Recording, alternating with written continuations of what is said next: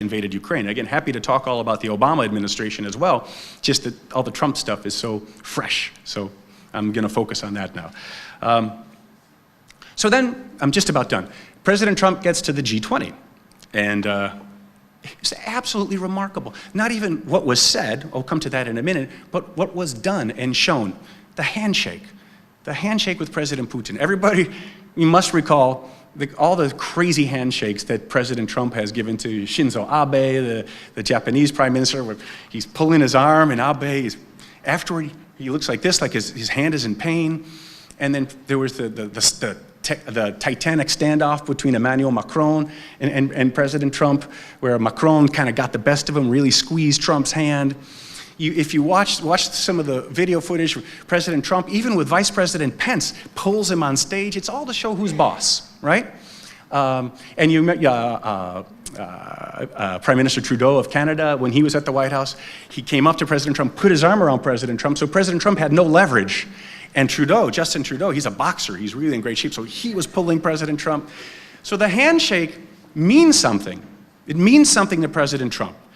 Go back, and you can watch it on the Financial Times website, they've got it all the time on the Putin handshake. What did President Trump do? Well, first, nothing. President Putin did nothing. He waited. Putin waited. What was he waiting for? What was he waiting for? Waiting for Trump to go first.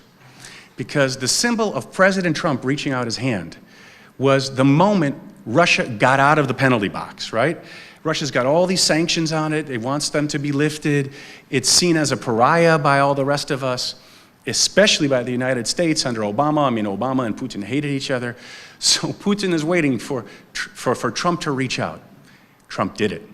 Not only that, he only clasped his hand for a moment, and he even put his left hand on Putin's hand, trying to ingratiate himself, show extra respect. Nothing I've ever seen him do to anyone, not even his own vice president, whose arm he's pulling and trying to show who's boss. I think that says a lot about his psychology. He has come to office, President Trump, absolutely convinced that he's the only one, he's the only person who can create a breakthrough in US-Russian relations. He's not the first US president to do that. George W. Bush, my beloved boss, we all know, looked into President Putin and got a sense of his soul, right? We all know that story. And Obama had his Russia reset policy, and Bill Clinton had the spirit of Bill and Boris, if you may remember that, from Vancouver to Vladivostok. We were going to reshape the world and have strategic partnership.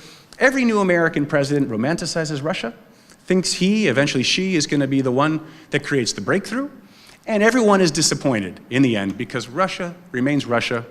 Russia will pursue its national interests. Its national interests do not overlap with ours largely, except in wanting prosperity and not wanting to eliminate each other with nuclear weapons. Otherwise, our worldviews are pretty diametrically opposed, and President Trump will learn this eventually too, but it hasn't happened yet. So, Secretary Tillerson, how did he describe the meeting between Trump and Putin? He said, well, several times President Trump raised the issue of the election interference by Russia. He didn't say President Trump confronted, didn't say criticized, he said raised. Foreign Minister Lavrov came out and said President Trump accepted President Putin's explanation, which is that Russia didn't do it. That's suspicious.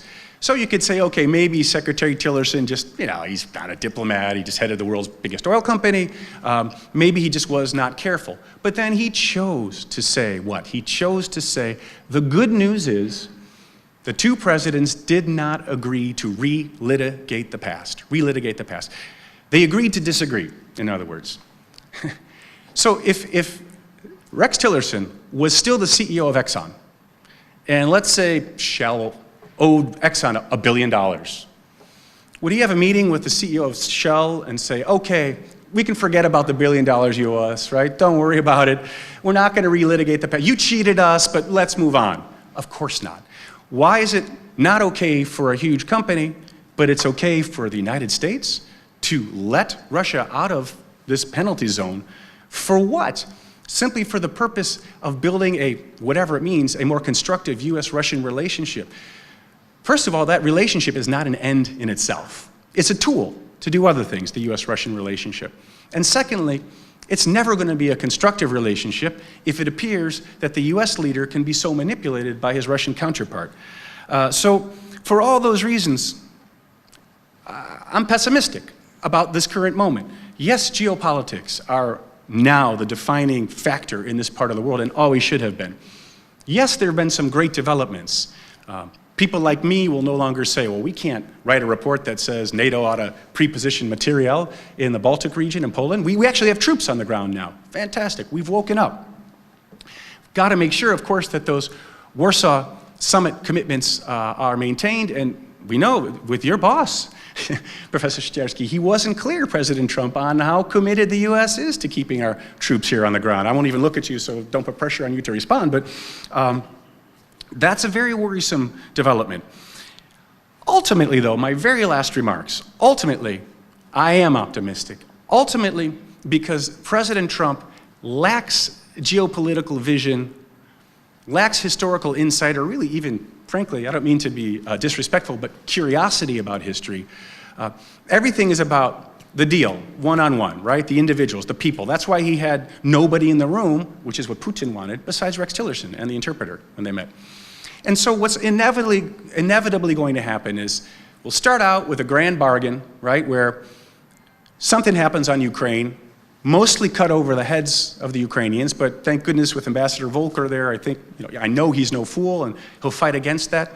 But probably there'll be an agreement, which I know that the Trump administration, from my own context within, has been cooking up, hoping for a long time, whereby President Putin gets what he needs. He gets an excuse to exit Donbass, because that's a failed operation. The uprising never happened that he expected.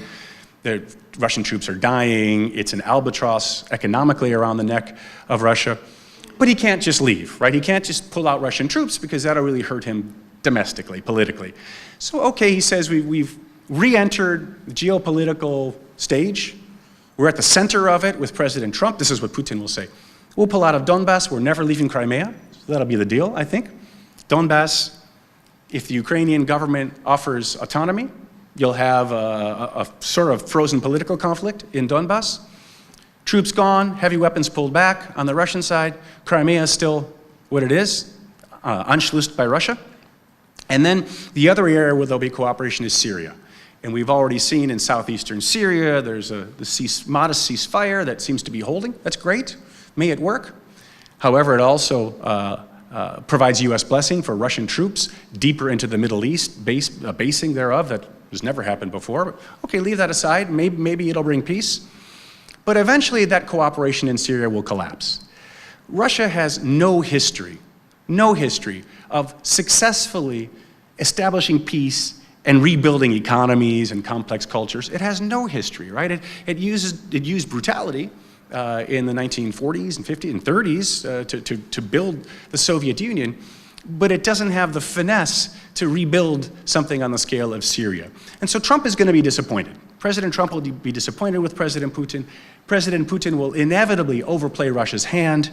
And finally, at that point, my last remark, if the EU and NATO have maintained their cohesion, remain strong, maintain this geopolitical vision of President Duda and Secretary of State Szczerski, then we have a chance to take these positive developments and push away the lack of clarity, the dalliance with Putin and the security services on the part of Team Trump, and finally wake up, just as Obama woke up, just as President Bush woke up and realized he didn't see Putin's soul, and then maybe rebuild. So the key to all this is, while we're in this holding pattern, that you all are doing exactly what you said, Mr. Secretary of State, taking the strategic reins in your own hands, pursuing initiatives like the 3 Cs, changing the geopolitical facts on the ground so that when the U.S. does finally wake up, we know which way to move.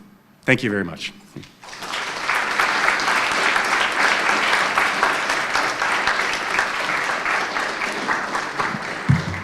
Although we didn't really speak about questions after these excellent presentations, you gentlemen didn't really think that we were going to let you leave here without taking a few. And in fact, the doors have been already bolted by Yuri Tkachuk and Jerzy Malicki, so you can't escape. What I would like to propose, since we have a few minutes, if you would be so kind, come to the front, have a seat, and take a few questions from the audience, and especially from students. Both of you, please. Professor Szczerski in particular, became an academic because he likes contact with students, and he likes tough questions. So I invite those of you who have questions to please use the mics and identify yourselves.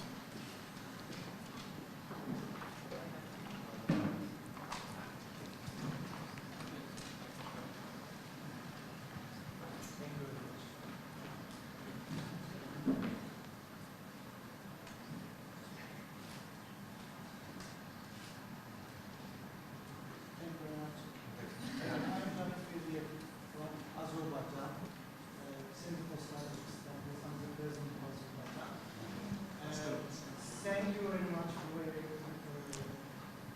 your speech.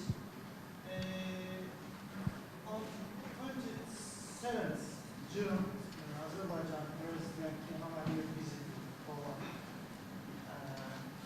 Azerbaijan and Poland signed a declaration roadmap on strategic partnership and economic cooperation. And on that, according to that roadmap, Poland supports Azerbaijan Poland supports resolution of Nagorno-Karabakh conflict on the territorial integrity and sovereignty of Azerbaijan. And we know that it's like Nagorno-Karabakh conflict. Yeah.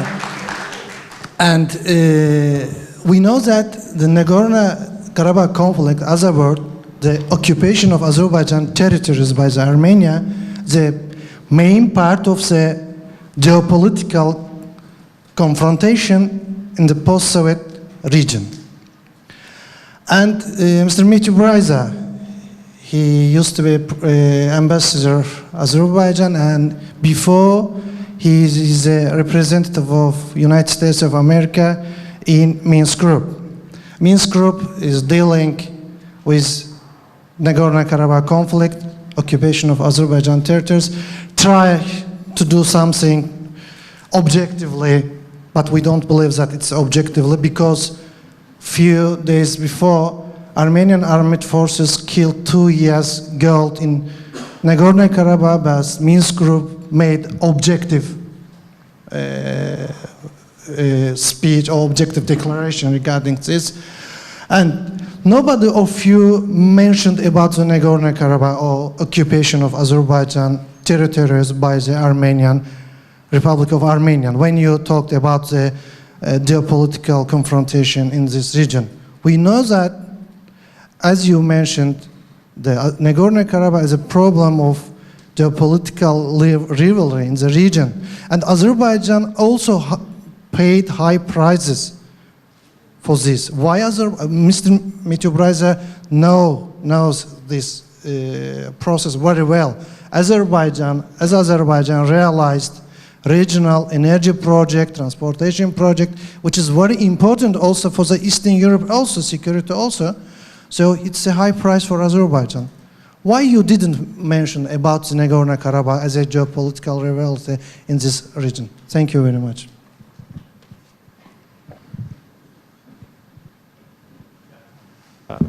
If I may just say,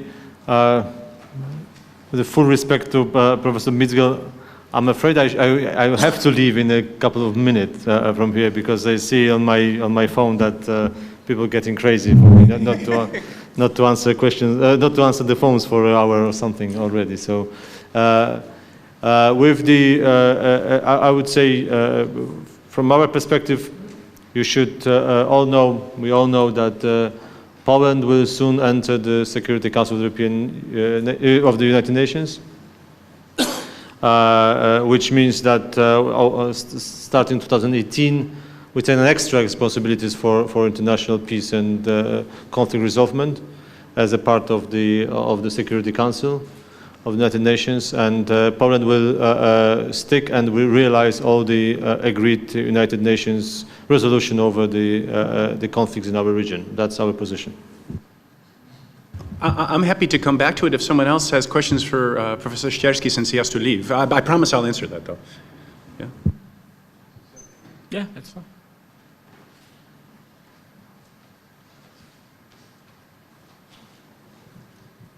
Hello, Alexander Papko, Polish Radio External Service. I have two questions to Mr. Szczerski, and I'm afraid they are big, but please try to be as short as possible, if it is possible. So, my first question concerns relations of 3Cs initiative and Ukraine. So, Ukrainian president was not present at the 3Cs initiative summit in Warsaw. This country does not participate, and now the relations between Poland and Ukraine are not at the highest point. So, will be Ukraine included in 3C's initiatives, and what are, in your opinion, the main problems in relations between Poland and Ukraine and how to overcome them?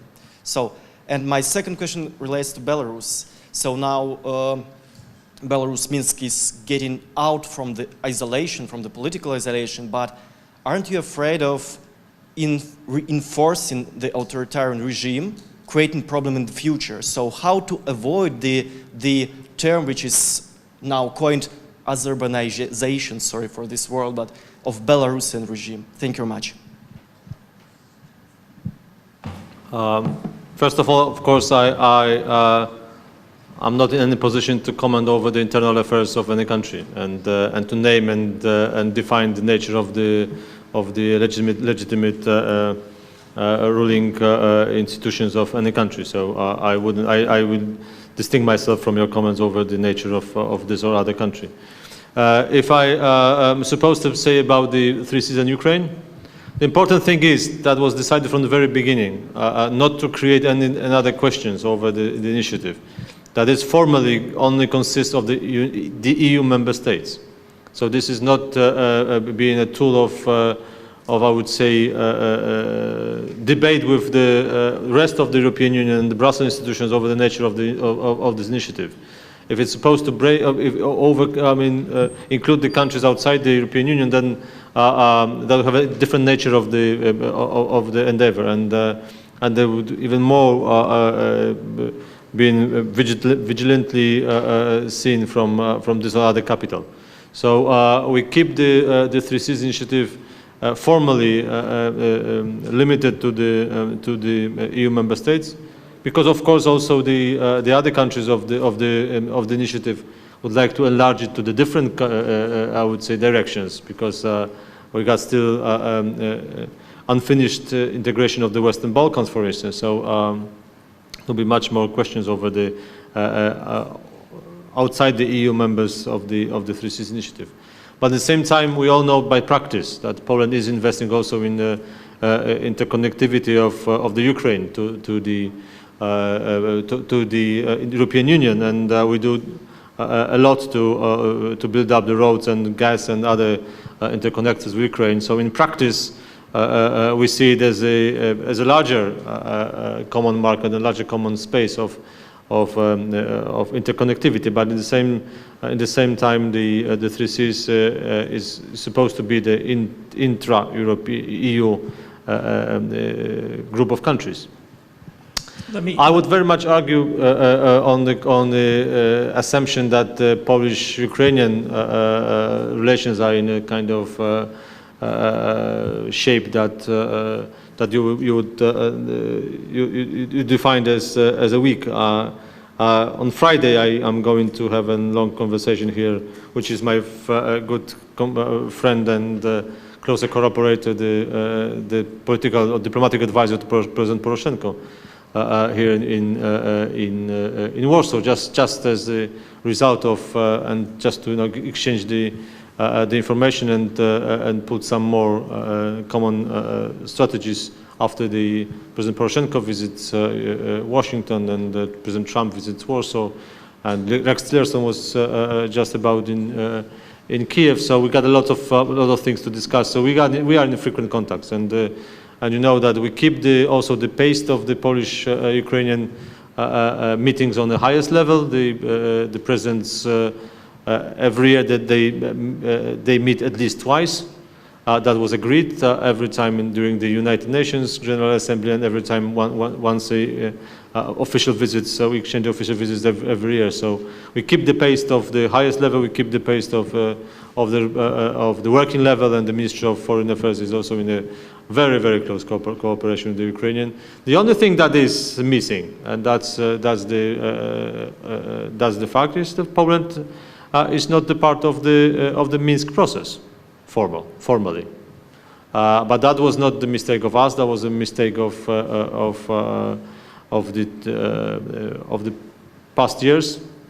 And since we are not a part of that process, someone can misjudge the situation that Poland is not that much active on the Ukrainian side. But that's not the question of decision of the current leadership of Poland. It was the decision of the past leadership of Poland. Professor Szczerski will be leaving very shortly, but I want to ask one very quick question which you can answer yes or no to.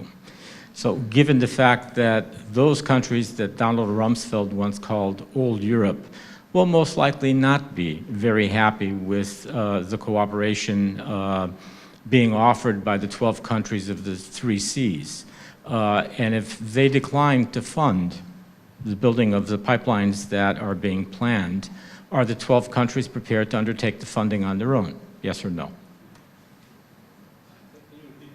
Yes.